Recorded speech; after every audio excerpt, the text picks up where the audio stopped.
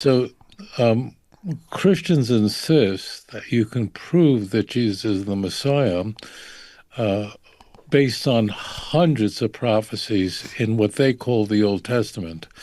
More than 300 prophecies that clearly speak about the Messiah. As it turns out, all these so called prophecies are riddled with misquotes, ripping passages out of context, changing the meaning of the words, and sometimes these passages don't even exist. They're phantom passages. Well, we're going to explore one of the most famous passages, and that's Daniel 9, where missionaries claim that essentially in the last four verses of this chapter, we have the precise dating for when Jesus would be crucified. Let's take a clip number one. Okay, quick question. I talked to a preacher just a little while ago about this very section, and I just told him, I said, read Daniel 9, read all of it, and Daniel 10, read everything around it. And I said, you're going to see a different thing, right? And he actually said, he actually said to me, he said, after reading it all over like we had planned, my belief system has been strengthened because of it, not weakened. I don't get Right. that. I don't understand this, but this is their. Well, you should, you know what you should do? That's going to happen to you, the viewer, where you're going to respond, and the person obviously wants to deflate. Imagine someone telling you that the earth is flat, and then you show them a film shot by someone in a space shuttle or from the International Space Station, where you can clearly see that the Earth is round. And then the person says to you, "You have just reinforced my belief that the world is flat." So is that person really being a good faith actor? So you should really ask the question, what about your extensive reading of the entire chapter, what made you believe it more and what didn't you know beforehand? Like if someone said the world is flat, so you and I are speaking. I'm in Jerusalem, you're somewhere in Texas, where um, I don't know, 8,000 miles apart. It's, oh no, it's not dark here, but it's starting to I get see where you're going. dark Yeah. here. It's sunset here. And by the time we finish the show, that means you have to ask why. I mean, because people say this kind of stuff, but Daniel 9 begins with Daniel being very curious about why a prophecy, in his view, is not being fulfilled. He's scratching his head trying to understand two prophecies in Jeremiah 25:12 and 29:10. And the key is that he conflates the two.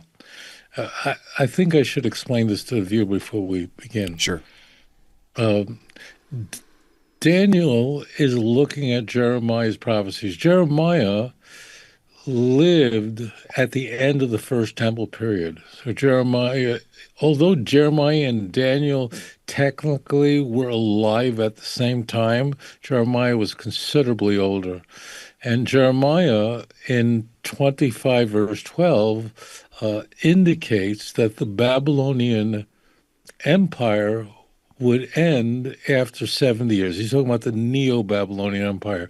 The context of Jeremiah 25 is Jeremiah is seeking to persuade the Jews of his time not to rebel against Bavel, not to rebel against Babylon, against Nebuchadnezzar.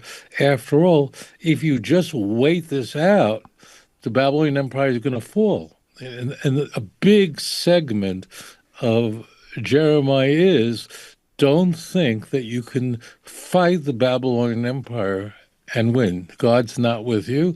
And there are false prophets, very persuasive people who are saying, no, fight above Babylon. Israel at the time was a vassal state. So that's one prophecy in Jeremiah chapter 25, verse 12. Now, this is how Daniel 9 begins. There's a second prophecy which seems identical, but it isn't. Daniel thinks it is, and that's Daniel 29, verse 10. It's also a 70-year prophecy, but it's a prophecy of the Jewish people returning back to the land of Israel after 70 years. And as you can imagine, when the Babylonian Empire collapses and Darius the Mede emerges, what we're introduced to in the beginning of Daniel 9, verse 1, Daniel has a conundrum. And the conundrum is the Babylonian Empire has collapsed. Therefore, Jeremiah 25:12 has been fulfilled.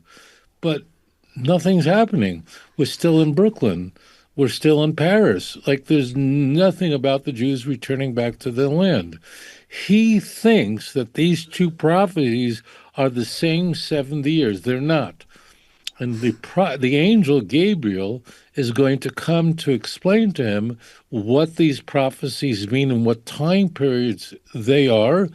And of course, we very frequently, when looking at a chapter in the TaNaCh, in the very first two verses, the whole story is explained, and then it goes back and gives us the details.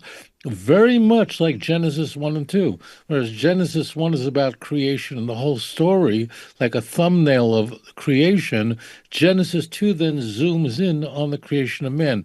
This has people confused very often, but this is very much the style of TaNaCh.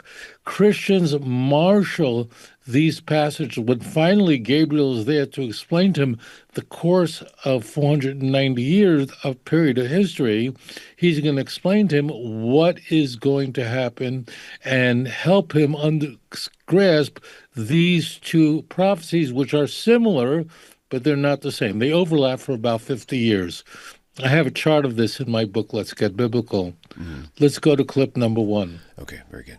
I've got so many questions, but we got to get rolling. Here we go. The angel Gabriel comes to him with a message from heaven, and Gabriel says to Daniel that 70 weeks have been decreed for his people, for Israel and for the holy city of Jerusalem, to bring an end to sin, to atone for wickedness, to bring in everlasting righteousness, to seal up vision and prophecy, and to anoint the most holy. Those 70 weeks are not literal weeks. They are 70 sevens. And almost every scholar agrees this refers to 70 sets of 7 years, which is 490 years total. In Daniel chapter 9... Okay. So it's very interesting. In this first segment, this is from some artificial intelligence video. This is actually correct. It's a 490-year period that comes into view. It's described as 70 weeks of years.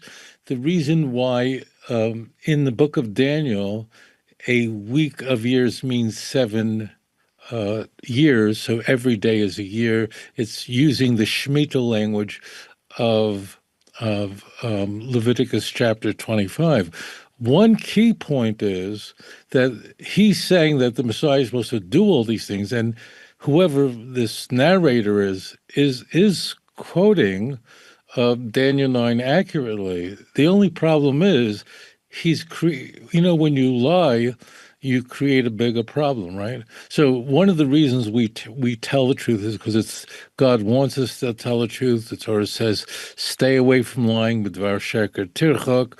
We don't want to lie. But maybe the 10th reason why we don't lie is we don't want to get into trouble. And when you lie, you do because you get caught up in lies, right? And we certainly don't want that would be a very bad idea. So we see the lie here, and that is what is supposed to happen at the culmination of 490 years is a period is launched in which sin comes to an end. That's what the narrator is saying. Well, if we're to read these passages the way the narrator says, then Jesus can't be the Messiah, because as it turns out, sin did not come to an end when Jesus died. In fact, the last I looked, sin is doing amazing prophecy also has not been fulfilled. There's not world peace, the worldwide knowledge of God, the ingathering, the exiles, the building of the temple. So if we take Daniel 9 in the way that this narrator is proposing, he's created a bigger problem for himself because Jesus didn't do any of those things. Sin still exists. In fact, Christians don't believe that people, even Christians, don't sin anymore. Christians just insist that Jesus died for the sins that people are committing. And this is what happens when you make stuff up. One, just a big disclosure here, this whole notion of using Daniel 9 to prove that Jesus was crucified at the precise time prophesied is not even in the Christian Bible. I mean, imagine if the writers of the Gospels or Paul thought that Daniel 9 was a prophecy of when the Messiah was supposed to be crucified and died. Don't you think they would quote this number system? Now, part of Daniel 9 does appear in the Christian Bible, but not this part. This is a later Christian invention, 2nd century, when Christians started marshaling, abusing, misappropriating this chapter in order to prove that the Messiah was supposed to be killed after a period of 483 years, as you will see in a moment. Let's go to clip number 2. All right. And Gabriel gets even more specific, saying that from the decree to rebuild Jerusalem until the coming of Messiah the Prince, there will be 7 weeks and 62 weeks. That's 69 sevens, or 483 years, and after that time, Messiah will be cut off and have nothing. In other words, he will be killed. And then Gabriel gets even more. Interesting. Okay. So that's very intriguing. This is very, very critical that you understand that this passage, and this is Daniel chapter 9, verse 24, has literally been raped. I know that's a very strong term, but it was just raped. The text actually says that from the going forth of the word until the anointed one, the prince, and it does say not Mashiach Nogid, from the going forth of the word until the Mashiach Nogid will be 7 weeks. That's a stop. That's a full stop. So there are actually 2 anointed ones that come into view here. And then it says, then for 62 weeks, look at verse 26. And after 62 weeks, an anointed one will be cut off. Yikaris Mashiach. There's no definite article there. So the 7 weeks, so from the going forth of the word, which means the word of prophecy, it really means from the Chorvot Yerushalayim, see Daniel 9, verse 1 and 2, until an anointed prince would be 7 weeks. That's 49 years. That's a half a century. Who emerges after 49 years? Cyrus the Great. You need to know a little piece of history in order to make sense out of any of this. The Babylonian Empire, when we say that in TaNaCh, we're always talking about the Neo-Babylonian Empire. The real Babylonian Empire is 1,000 years earlier and much longer. The Neo-Babylonian Empire begins with Nebuchadnezzar 19 years before the destruction of the first temple. Just must know that. If you don't understand this, you'll not understand a word. 1 year later, after Nebuchadnezzar becomes king of the Babylonian Empire, he then enters into Jerusalem and he subjugates it. So that from that point on, that means in the 2nd year of his reign, Israel becomes a vassal state under the Babylonian Empire. Okay, you must understand that. That's very, very critical. Now, what occurs is that 50 years after the destruction of the first temple, Cyrus the Great emerges. Actually, Darius the Mede, followed immediately by Cyrus the Great, they probably were related, gives the command for the Jews to rebuild the Beis Hamikdash, to rebuild the temple. And we are told very specifically that he is the Mashiach. Now you're going, that's crazy. It isn't. It's Isaiah 44, verse 28 and 45, verse 1. I know there's a chapter break there, but it's artificial. Literally, we're told that Koresh, that's his name in Hebrew, is God's Mashiach, who gives the command to build the temple and to build Jerusalem. What the church seeks to do is to conflate the 7 years, the 7 weeks, meaning 49 years, and 62 weeks, which is 434 years, into one period of 69 weeks or 483 years. Interestingly, if you were able to find a King James, but the 1611 version, you'll see it doesn't do this. This is a later accretion. Now, how do you know that's the case? First of all, in no language is the number 69 represented as 7, 60, and 2. I don't care what language you speak. I'm sure there are many people watching me right now who speak many languages. So if you speak German, the way you say 69 is 69. How do I know that? Because that's how you say it in Yiddish. In Hebrew, it's 69. In French, 69. That's how in English, 69. You never say 7, 2, and 60. You don't say that, ever say that. No language, no matter what. What they did is there's an unambiguous margin that's in Esnachta. There's a semicolon there, which the church eviscerates.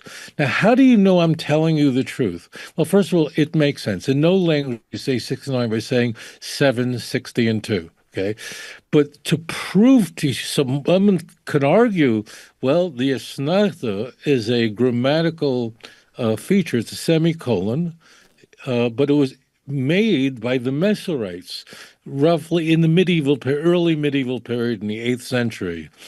So how do you know the Masoretes? So in case you hear that kind of argument, you could dismiss it immediately. Why? Because look at Daniel 9, verse 26. What does it say? And after the 62 weeks, get this into your head. This is very critical, because if you don't understand that there are two different anointed ones introduced here, one that comes after 7 weeks, that's Cyrus. Okay, he comes after 49 years from the destruction of the first temple. You have a second subsequent anointed one, that's the priesthood, that comes after a subsequent 434 years. Again, how do you know that Tovia Singer is telling you the truth? After all, I don't have a favorable view of the Christian religion. Maybe I'm pulling some sort of stunt here. Maybe this is a sleight of hand. That means I'm saying that the church is not being forthcoming with you. But how do you know? You know that I don't have a high view of the Christian religion. So maybe I'm very biased, and what I'm saying is untrue. So I want to prove this to you, demonstrate this to you, and then I want to provide a smoking gun. There's no inference here. Please look up Daniel chapter 9, but verse 26. It doesn't say after the 7, 60, and 2 weeks. It doesn't say that. It says after the 62 weeks. So you know these are two separate time periods with two separate anointed ones. Let's go to section number 3. Interesting. The base 10 counting system. That seems like it's foolproof. Daniel is told centuries in advance that from the time a decree goes out to rebuild Jerusalem, you can count forward 483 years, and that's when Messiah will appear, and after that, he will be killed.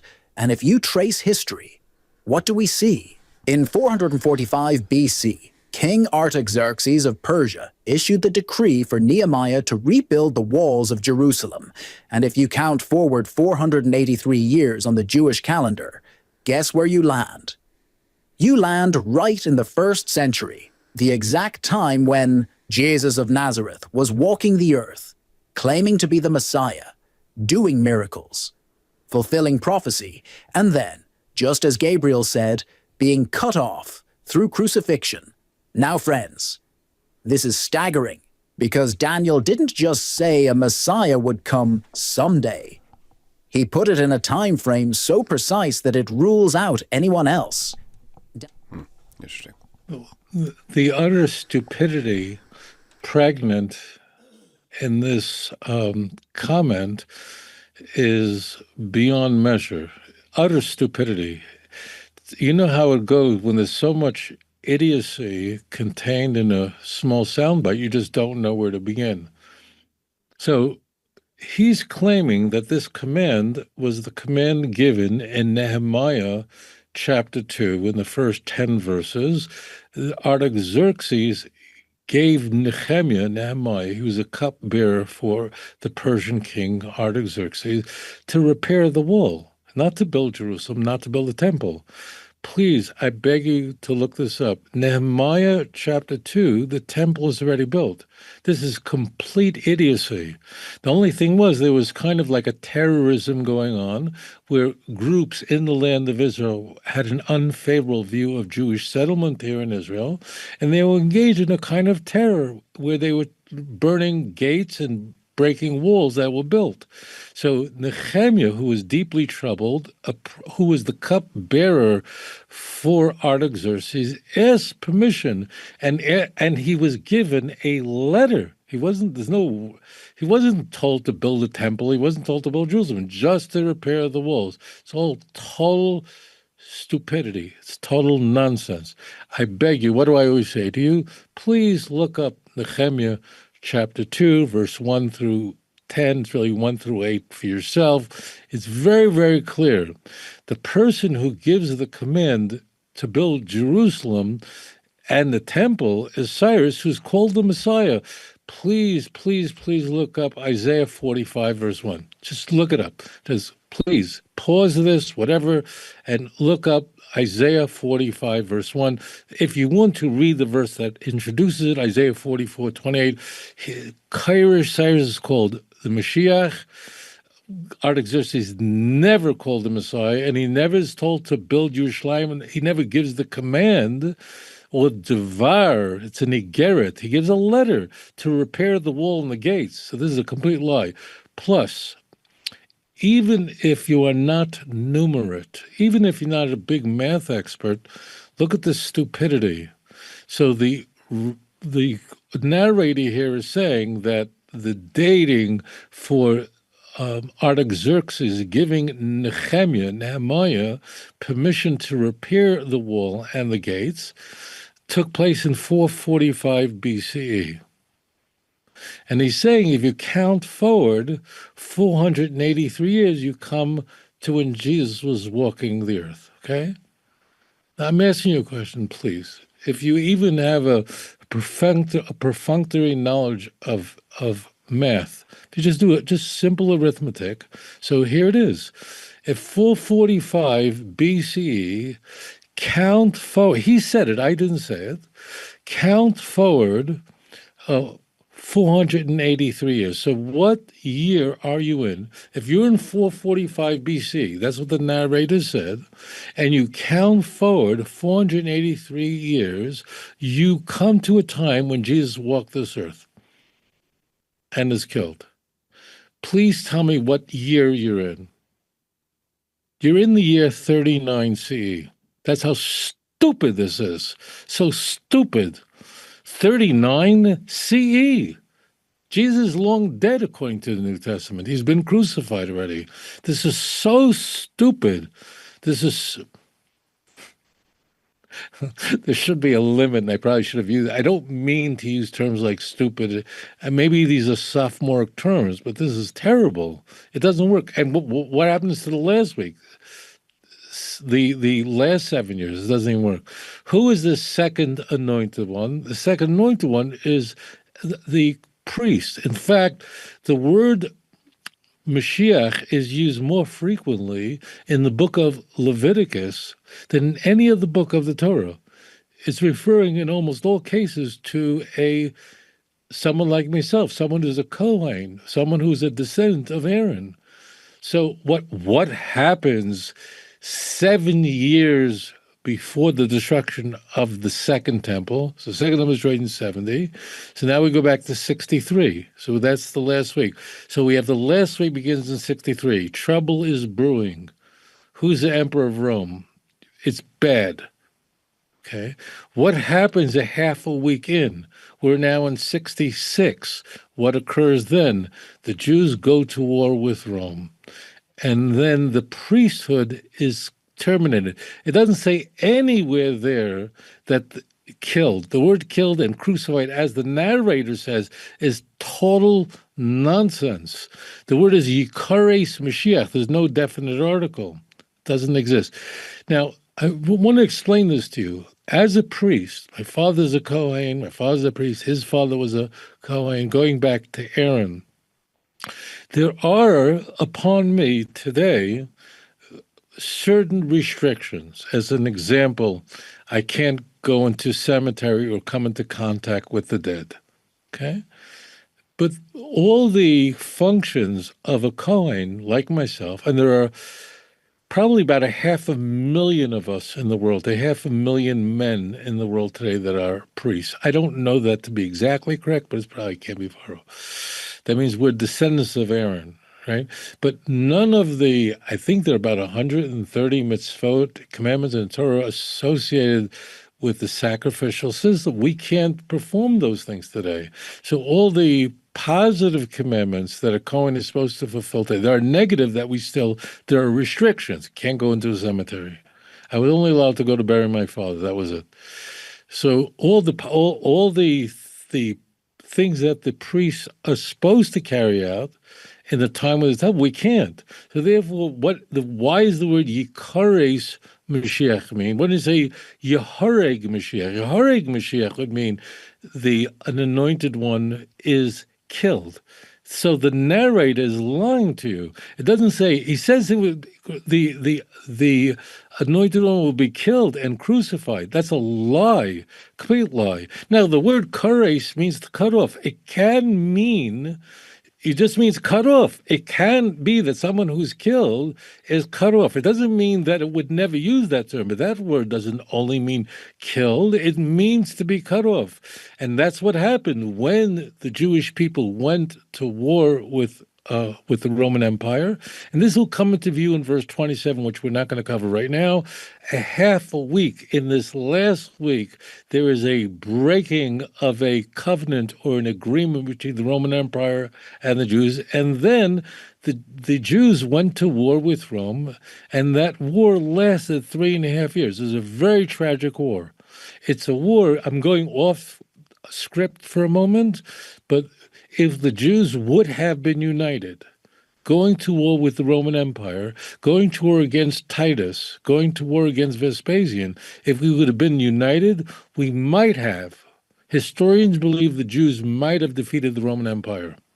But that was not the case. There was so much inner fighting, like a civil war among Jews, until we finally got our act together. By the time we got our act together, it was too late.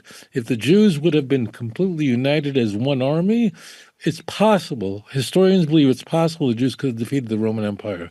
And that's why we talk about the destruction of the Second Temple, as there was deep, baseless hatred between Jews. But I did go off script there for a moment. So what's happening here is there are actually two anointed ones who are coming to view. The first one after 49 years following the destruction of the first temple. So here are the simple numbers. The second temple stood for 420 years. The Babylonian exile was 70 years. 70 plus 420 is 490. It's very simple. So what comes into view in these four passages in Daniel 9 is from the destruction of the first temple, destruction of the second temple. Now, I know someone might ask the question, and that there are two different chronologies for the Persian Empire, and there are. There is the chronology of Herodotus, which gives the Persian Empire many more years. And then there's something called Seder HaDairos, which is the Jewish chronology, which allows for the Persian Empire to be much shorter. Just so you know this, because people are going to look this up. So there are two different chronologies for the Persian Empire, and therefore there were only 4 kings in the Persian Empire. And if you go to Daniel 11, verse 1 and 2, you see that there are only 4 kings in the Persian Empire. So this should stand out. But just going back, this prophecy, what comes into view is that from the destruction of the first temple, destruction of the second temple is 490 years, and the angel Gabriel breaks it up. What about these 6 signs that we're told, like sin comes to an end, prophecy is completed, the Holy Holy is anointed? The moment the second temple is destroyed, the potential for Mashiach to come immediately begins. After all, one of the things that the Mashiach must do is what? Think about it. One of the things that the Messiah does is he builds a Beis Hamikdash. We see that openly in the last 3 passages of Ezekiel chapter 37, meaning verse 26 through 28.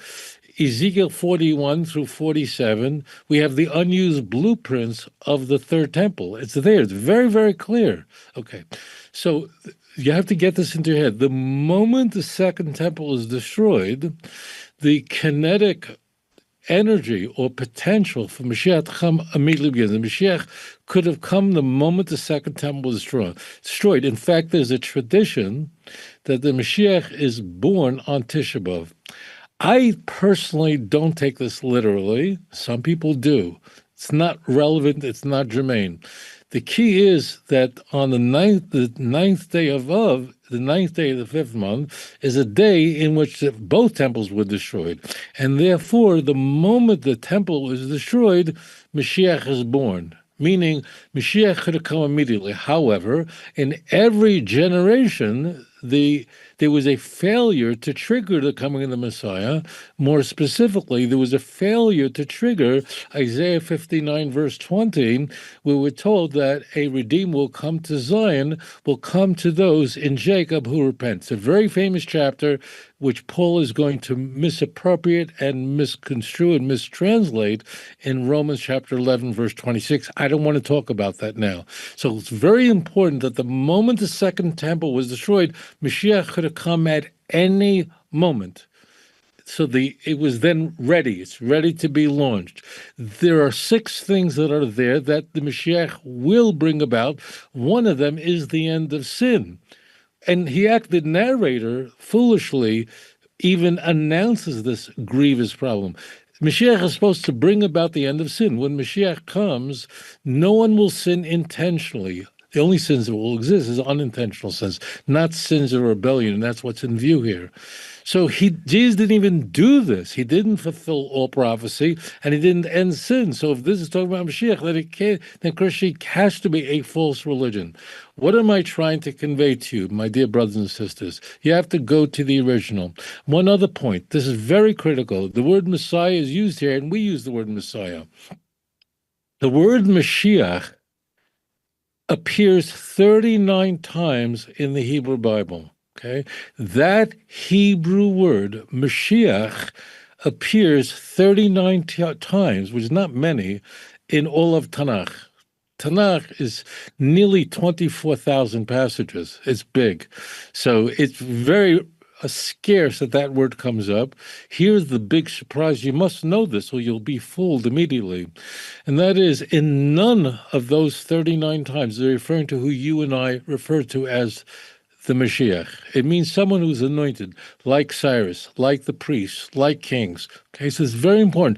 Today, in our conventional language, we use the word Mashiach to describe the final Davidic heir to the throne who will bring about the redemption, the eschatological anointed one. We do. But in TaNaCh, that's not the case at all. And here is the twist. Here is the scam. Here is the smoke and mirrors. Here is the prop. But you have to listen very carefully or you're going to be easily fooled here. Listen like you've never listened in your life. When the word Mashiach appears, as I told you, it appears 39 times in the Hebrew Bible with different prefixes, suffixes. It happens to be there's no definite article here in Daniel 9. The Christian Bibles do insert the definite article, but it's phantom, it's fake, it's not there. Listen very carefully. In 37 places where the word Mashiach appears in the Hebrew Bible, the Christian translators render it as an anointed one. Got it? But only here in Daniel 9, where the word appears in Daniel 9, verse 24, and then again it appears again in verse 25 and 26. In those two places, only there do they translate it as Messiah. I'm not kidding. Please don't trust me. I know some of you like me and say nice things about me, and I'd like you to stop liking me for a moment. I like to be liked. I'm not crazy. But you must not trust me. You must look this up yourself, and with the computer, you can look this up in a second. So what the Christian Bibles do, the chicanery they engage in, the smoke and mirrors, is that in 37 times, like Isaiah 45, verse 1, how is the word Mashiach translated there in all the Christian Bibles as anointed? Cyrus is called anointed. But what the trick, it's just, all it is to be able to get you to look here, as all magicians do. They want to deflect your attention here, and meanwhile, what they're doing is going on here. The deception is going on here. That's the distraction. So the distraction that's employed by the church is only in Daniel 9 is the word Mashiach translated as Messiah, and then it's given a capital M. Please look it up for yourself. There are no capitals in the Hebrew language. Now you had ChatGPT or whatever AI programs. You can look up what I'm saying. You don't even have to look it up. It's so easy to look up the scam that's going on here. So only in Daniel 9 is Mashiach translated as Messiah by the Christian Bibles. They then put a capital M there, which doesn't even exist in Hebrew. That's completely a human accretion, a human creation, to put a capital. That's a commentary. And then to make it harder for you, Kinderlach, to make it more difficult for you to be able to see through the smoke and mirrors, they insert a definite article. It says the Messiah in the King James, in the New International Version. They put the definite article there. But if you go to the Hebrew, there's no definite article. So it reads the Messiah. You have no chance. I say this is why I like Christians, why I care about them, why I devote my life to them, even though they think I hate them, I love them. They have no chance because they're not going to the original Hebrew. They're relying on the American Standard Version, the New International Version, the King James Version. They have no chance of unpacking this. Go back to the original. It's a gorgeous chapter, how a Christian could say, I have more faith. The whole chapter begins with Daniel praying for when the temple will be built. I'll end with this. The whole chapter is Daniel's prayer for the return of the Jewish people to the land and to build a temple.